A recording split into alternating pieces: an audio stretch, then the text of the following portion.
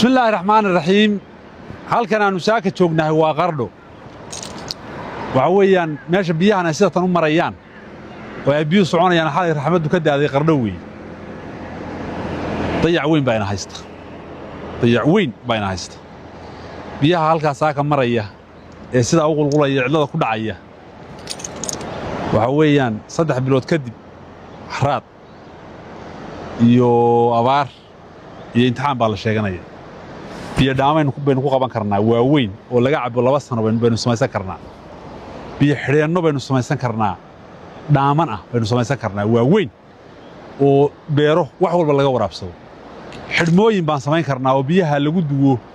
oo 30 kilomitir 100 kilomitir ah oo xilliga abaarta la daaqo baan samaysan karnaa waxaas oo dhan baan qabsan karnaa laakiin dalkaygu wanaagsanaa dadkiisuna moogana aaway dadkii damiirka lahaa oo hawsha qaban lahaa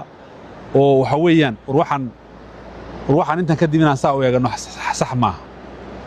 walaalayaal waxaan rabaa hawsha inaan wax ka qabanno waanu waan ku kaahay waad ila garab gashaan waan dhaaman samayno sanad iyo 2 sano laga cabo waan biyo xidheeno iyo xidhmooyin samayno oo dadkeenu way inoo hogaansami lahaayeen innaga waxa weeyaan waxba dhaqaajin la yeena indheed garad kaliya noqon san sax maaha halka biyaha ku khasaaroobayay iska soconaya xildhibaan ay ka waran bal biyaha kan goorma roobkan daay xalay بسم الله الرحمن الرحيم سلطان mahadsantahay roobkan xalay buu daay suldaan wuxuuna ka daay agagaarka degmada qardho xarunta gobolka karkaar waa nicmo ilaahay weeye runtii waa roob aad iyo aad u ballaaran warbixinta sidana lagu siiyay roobkaani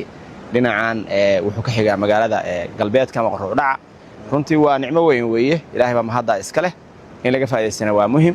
aad iyo aad baanu ilaahay subxaanahu wa ta'aala ugu mahad celinaynaa maxaa yeelay bila ka hor biyo dhaan bay ahayd bilahaana waxa weeye waa oo jeedna in biyaha la qabsado oo qorshe loo sameeyo maxay noo diidan waxa inoo diidan waynaan ku fakirin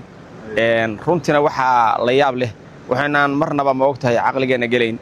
de abaaraha in soo marayno iyo dhibaha dhacaya iyo inaan ka gaashaamo qorshe la'aan way suldaan aad waa qorshe la'aan way suldaan